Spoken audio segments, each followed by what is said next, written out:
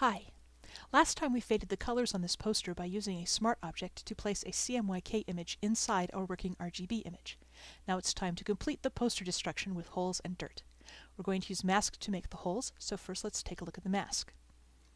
We can do that by holding down the Option Alt key and clicking right here on the mask. And there you see it. Notice that what is white is shown in the layer and what is black is hidden. That's easy to remember because if you're in shadows, black hides things and white makes things visible. So there you go. Remember that while we're working on the rest of it. Click on the thumbnail again so that you can see the whole image. Now I like to use a non-destructive workflow whenever possible, but you can't really do that with masks. You can't put adjustment layers and things on them. So what I like to do is make them in a different layer behind everything else, which I make invisible. Like in this case it's going to be behind the wall. So we'll make a new layer here, and then we're going to put clouds on it to start making our holes. Now, if you remember, the way that we did that before was to tap the D key to change the colors here to the default black and white, and then just go up to Filter, Render, Clouds, and there we go. But that's clouds, it's not holes, and I wanted holes. So how do we change that? We add an adjustment layer. The one we're going to add is called Threshold. It's down here, Threshold. So you click, and because this is CS4 and because I don't have a lot of room, that automatically opens the adjustment panel and hides the layers panel. So we can change how big the holes are, because remember this black is all going to be whole and the white is going to be where the poster is visible. We're going to change that by just moving the slider until we have about what the right amount for holes. That looks good. So we'll leave it like that. I'm going to click up here to hide the masks and the adjustments, and click down here to show the layers. And now I'm going to select all of it by holding down the Command key, Control on a PC, and clicking A. And then I'm going to go to Edit, Copy Merged. I'm doing this because I want everything that's visible, not just the stuff on any particular layer. Then I'm going to show all of these by dragging over the visibility icons. Go to the poster copy, make a mask, hold down Alt or Option, click on the mask, and then just paste. Because I have the mask visible, anything I paste will show up on the mask, otherwise it would show up on a layer. So click here, and you can see that now we have great big holes in our poster. However, we don't have any holes in the type. That's not what we wanted. We also don't have any holes in the fade up here. We'll have to fix that in a bit, but right now we'll just hide it all. Now you can also work directly on the mask layer. Ordinarily I would do this next bit down here on the mask making layers down here, but because I want you to see this, I'm going to go ahead and paint right on the mask. So I grab a brush and my tablet and just start eating up the corners here. Make sure that I have black paint to do this with. Now hold down the Shift key and I'll make some of those long horizontal streaks that you see in scarfed up posters. Oops. You have to hold the Shift key down at the right time or you're going to get stuff you didn't want. I'll undo those and do a couple more. We could do a whole lot more than this, but we don't have a whole lot of time, so I'm going to call this good enough,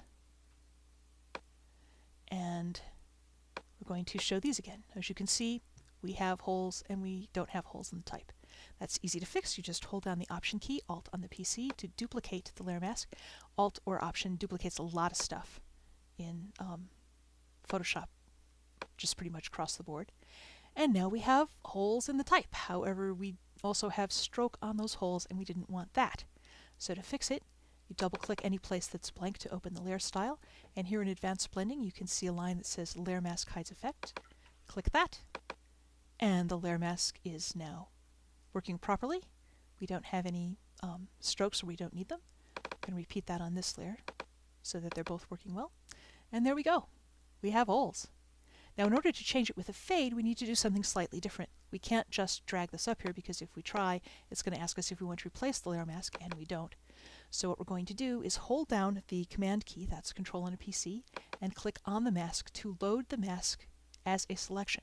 Now when it does that, it loads the white as a selected, and we need to have the black selected, so we're going to invert that by going up to Select, inverse, and then we're just going to click up here on the mask for the fade. Put the tablet away. And I'm going to hold down the Option key, Alt on the PC, and click Delete or Backspace, and that fills that. Drop that, and now we have our poster with its holes just exactly the way we wanted it. Looks good. Let's put a little bit of dirt on. I'm going to copy this entire layer, and then I'm going to change the blend mode up here to multiply. And because I don't want to have exactly the same dirt that I had fade, I'm going to use the filter again. Because I just used clouds and haven't used anything else, I could just use Command F to, because different clouds, every time that you do the Command F with clouds filter, you get a different set of clouds. And there we go.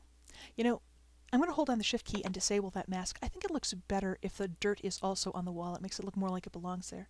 So I'll just leave that mask disabled. And there we go. It looks great. Or does it? Because we can show this to our client and our client will say, "Oh, that's wonderful. I love it. But I don't like that font. Can you change that down here to something that's arts and crafts?" And because it's live type, you can say, "Yes, I can." It's easy. Just click the layer, click the T to open up the type options up here, and start clicking Chelsea Studio. That's a good font. And there we go. Just like that, you've changed it because it's live type. But it's too big. So in order to fix that, we need to click on these links here to unlink the layer from the mask, and then make sure that we have the type layer selected. Hold down Command Control, click T, hold down the Alt or Option so that we resize from the center, and just squish that in till it's about the right size. Double click to accept the transformation, and there we go. We've just changed the font because we have live type and live images as well here in the Smart Object on a heavily manipulated image. We can do anything we want to with it, and all of the manipulations will remain intact because we have used masks. And that's that. This has been Robin Wood, and I hope you found this helpful.